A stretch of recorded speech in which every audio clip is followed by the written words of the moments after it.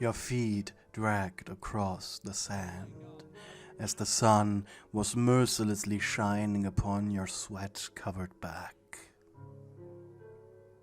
You stopped yourself from sighing. It had been 2 days ago when you and your Nightwig crashed into the dunes of the desert. You had flown too close to a syndicate outpost, and now you paid the price. Your Nightwig pal was fainted, and you were in the desert without food or water, running from syndicate thugs and desert-dwelling pals. You had shedded your leather armor. It was too heavy, broken, and, quite frankly, too hot. Now only wearing rags around your hips and chest, you are walking at a crawl pace. Head hurting, vision blurry. Your throat was dry, and breathing was difficult. It was just way too hot. But the worst thing of all were the nights.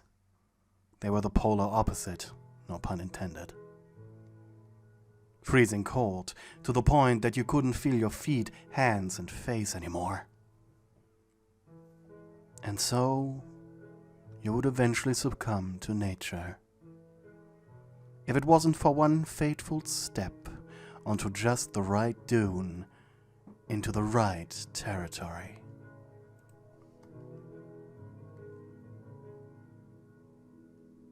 The Predator had been watching you ever since you entered his territory. He was a proud member of his kind, an alpha, brought onto this island by the Syndicate, and yet he managed to break free and carve his own place in the desert. Over time he had grown, feasting on pals who dared to enter his land, but this was truly a unique sight. A human. The only time the pal had eaten humans before was during his escape from the Syndicate. They weren't particularly tasty. His kind tended to kill humans more, out of anger and self-defense, rather than actually wanting to feast. But this one was different. It wore rags, was dragging its sore body across the sand. He understood enough about humans that they weren't as nimble or strong or weather-resistant as pals. But they were smart. They built machines, built weapons and tools. The hunter sniffed the air for the scent of the human. Judging by it, she was female. A soft, tender, sweet, feminine scent was wafting over to him. The pal tilted his head as he watched the woman collapse. He should just leave her here. Or maybe not. You awoke, still feeling broken, sore, and thirsty, and yet something was majorly off about this. You weren't lying on sand, nor was it hot or cold wherever you were. Your back was lying on something hard, and there was no direct light shining into your eyes. Something was dripping on your forehead.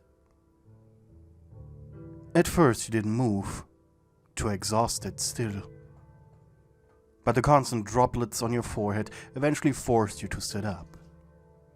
Every little movement hurt, and you knew sitting up too quickly would cause vertigo, especially in your weakened state of being. You looked around yourself. You were in a sandstone cave. The little droplets were water falling from a stalactite. You had been lying on a large rock that had its sharp edges softened by a layer of dry straw, creating a very primitive bed.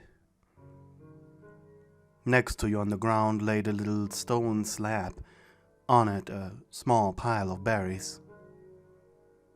Cautiously you picked the present up. The berries glowed faintly red. You constantly fed these to your pals. They were practically addicted to them. So might as well give them a shot. You were starving after all. Placing the juicy fruit on your tongue, you crushed the thing's fragile skin by pushing it against the roof of your mouth. And you gasped. The fruit's flesh was nothing like what you expected.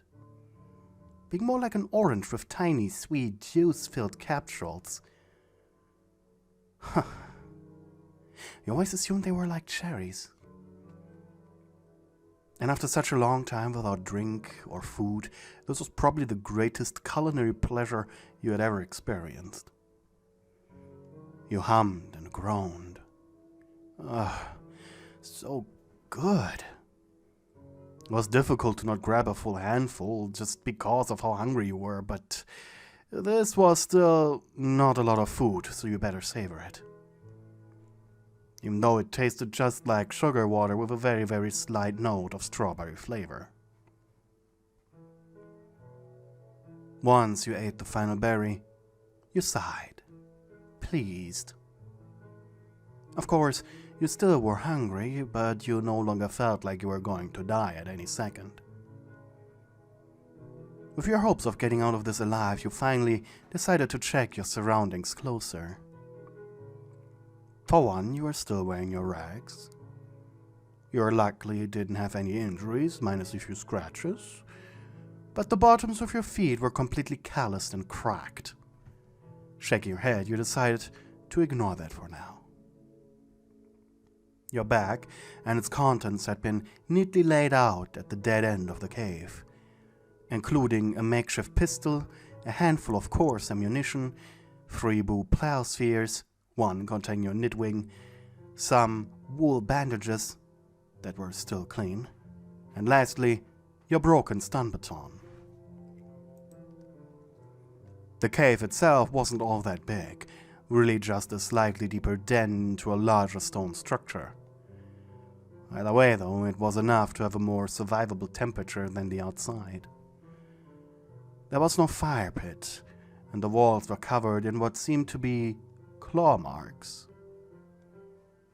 You stepped closer to the side of a wall. The marks were red, but you sniffed at them. It wasn't blood. It was more like some primitive creature, or maybe even a pal, tried its own form of decorating by dyeing their claws in red paint and then slashing at the wall. Probably some way to mark territory or a nest. Either way, it may be a pal who saved you, but you were still saved. Curiously, you stepped towards the end of the cave, looking outside. It was bright. So bright your eyes needed a minute to adjust. But what they fell upon made you immediately jump back into the cover. Outside stood an Anubis pal, down on one knee. A bunch of injured or dead syndicate thugs around it. 3 of the men stood, pointing spears at the creature. Anubis were proud creatures, in the past treated like nobility by people who saw them as gods of death. But they were still pals, so it was quite dangerous entering their territory. And by now the ancient civilizations who worshipped these pals were no longer. But it's still an interesting history fact. And it was probably this history, however, that was ingrained into the Anubis species. Hence why they usually left humans alone unless they entered their territory. You had to save it. Because it was more than likely this Anubis who was the one who saved you. Quickly you rushed towards your bag, taking the pistol and the ammo. Standing atop the cave, you pointed it at the thugs, the one closest to the Anubis. And blam! You cringed at the loud echo of the gun through the cave, and for a few seconds all you could hear was a continuous beep. You were so staggered, You didn't even notice you hit the guy in the head, killing him instantly. "Shit, it's a tamer!" one of the jocks shouted. "Run!" screamed another. With your head ringing, you quickly put another bullet into the pistol and braced yourself, firing it again. This time you missed, but that was okay. You just wanted them to understand that they would only find death here. After the syndicate was out of sight, you cautiously walked towards the injured Anubis. Slowly, its head turned towards you. Its crystal blue eyes met yours. It growled, pressing its right hand on its shoulder, a thin line of blood spilling between its fingers. Carefully, you stepped forward. I pulled away only a little when you touched it. The thug's spear had pierced the pelt's golden cloth poncho. And reluctantly, the pal allowed you to carry it shoulder to shoulder to its cave, where you helped it lie down. Carefully, remove the cloth off the pal's upper body. Anubis were rare and very, very rarely incubated their eggs as well. Probably something about pride. Either way, due to their rarity, the old ancient clothes they had been given to them by the ancient humans were maintained and given to their younglings upon reaching maturity as a sort of primitive ritual. The wound was shallow but was bleeding like hell. Thankfully, you still had those bandages. The pal watched as you gently wrapped the bandage tightly around its shoulder. It grunted at the pain, but as layer upon layer was added atop the wound, it could tell you were trying your best to help it. Using the rest of the bundled up bandage as a compress, you neatly bound a knot. Finally, you took a step away. The Anubis grunted, looking at you with its piercing blue eyes. It was your first time being close to a pal like this one. You had never explored outside of the Plateau of Beginnings, where your base and pal box were located. You didn't plan to fly this far out. A hard gust of wind had made you lose your compass, and so you'd been flying blindly.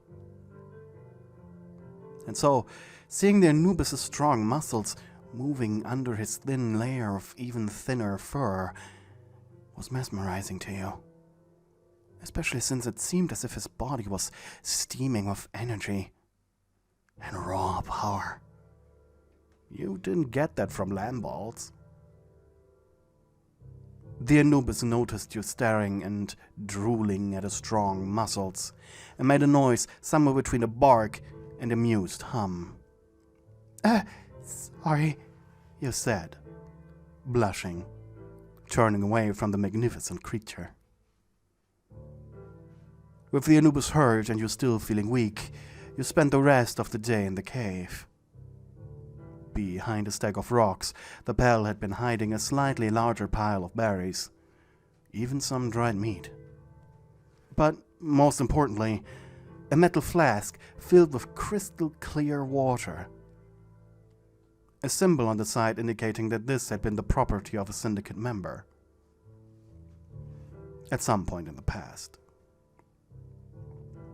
Swallowing the cool liquid was an unimaginable feeling. Your dried out body had been screaming for this. Hearing a pleased hum as you gulped down the water, the Anubis' ears twitched, pleased. As night fell, the air outside got colder, and the ill-freezing winds from outside could be felt even here, in the cave. The Anubis was lying on his bed, loudly snoring, while you sat underneath it, your knees pulled up under your chin, back pressed against the cold rock, shivering. You still had no idea how to get back to your base camp. Maybe you could find a teleportation statue somewhere nearby. They seem to always be inconveniently out of reach. You sighed, breathing into your hands to warm them. However, just as the cold became so strong, your teeth started chattering. The large hand of the Anubis pushed into your face. You yelped, out of fright, as the pal pulled you up. Was this the end? Was he now going to eat you? You found yourself on top of him. You could feel his body move up and down as he breathed. One hand behind his head, he stared up at you. His eyes were narrowed, as if not fully sure what to do, or more, as if you were supposed to do something. You gulped. There was this lewd instinct awakening within you, as the smell of his musk now filled your nostrils. Blushing, you averted your gaze, which made the pal growl and heave. Wait, was he laughing? His large hand suddenly pressed into your back, shoving you down onto his chest. Your face pressed into his fur. Your face turned as red as a tomato. His body was so hot, both figuratively and literally. It made you gasp. For a moment you lied there. You could feel your sweat run down your body. This feeling was... That feeling that was overcoming you, it was so powerful. Slowly you place your hands on his chest, crawling up ever so slightly closer to his face. A little spittle ran down your chin as you boldly leaned forward, pressing your lips onto the Anubis' muzzle. A gust of air escaped through the canine pal's nose in surprise, and he returned the kiss by lapping out his own tongue. It was thick and covered in a slime that tasted strangely sweet. At this moment you didn't know it yet, but Anubis spittle was a strong aphrodisiac sold in southern continents for high prices. And it surprised you that the Anubis understood the concept of a kiss. As a result of the aphrodisiac, your body felt weaker by the second as you got more and more of his delicious nectar. Your joints feeling like jelly. And eventually, the Anubis realized your submission. Narrowing his eyes again, slamming one of his hands on the side of his bed, stepping out of it. He then grabbed you by the shoulders and forced you on all fours. Heaving, you crossed your arms, biting down in your wrist to brace yourself for what was coming next. Special thanks to my darling channel members Aruna, Chloe Rockenbow, Chariot Bunny, D's Nuts, Nicodemus D, Cat Cove, Kaya Abyss, Bit, Zinx, Sleeptown, Hella, Nexrist, AJ Anime Girl, and Hopeful. And special thanks for the rejoining members Melofia and Muffin. Welcome back. I missed you.